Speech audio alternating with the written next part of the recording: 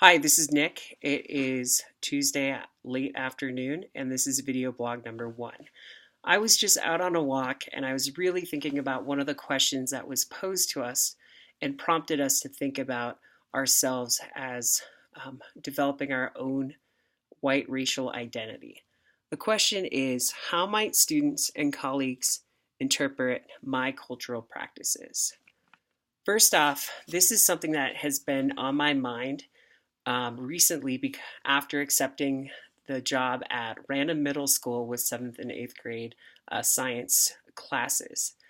This is a school that going in, it wasn't my first choice because I wanted to be closer to Boulder, but I also found that implicitly it was my first choice because it was out of my comfort zone. And I think it's out of my comfort zone because the school is 80% Hispanic.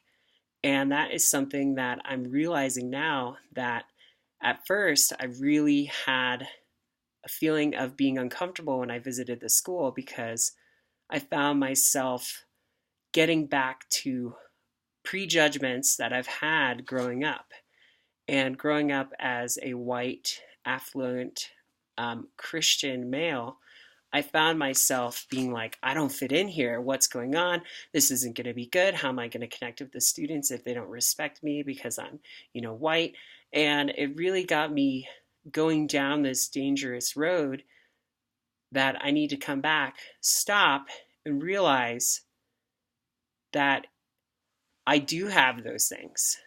And I feel like this class right now is making me hyper aware that I really need to find my own identity before I start teaching these students. And when I do that and continue to do that, it's going to make the experience that much better for the students. And it's interesting because I think in our place too, I found myself also saying, like, this will be a great experience for me. I will learn a lot of new skills for me. And I need to get away from that talk.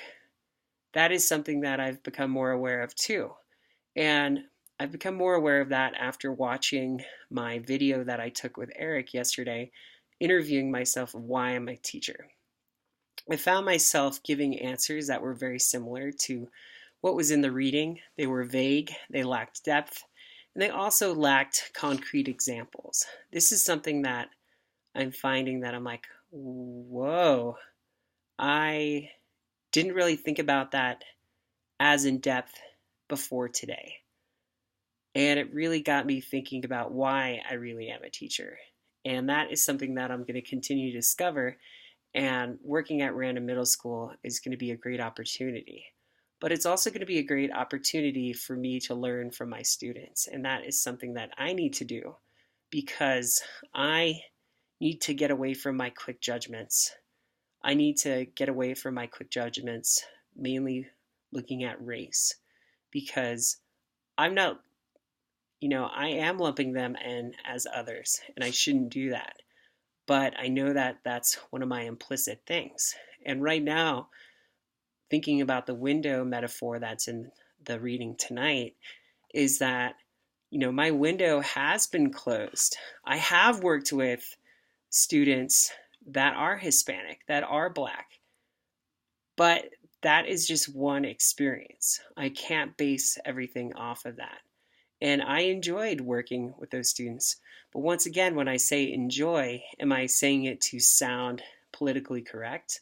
I'm not sure right now because that is something that we're really learning about and learning how to be reflective.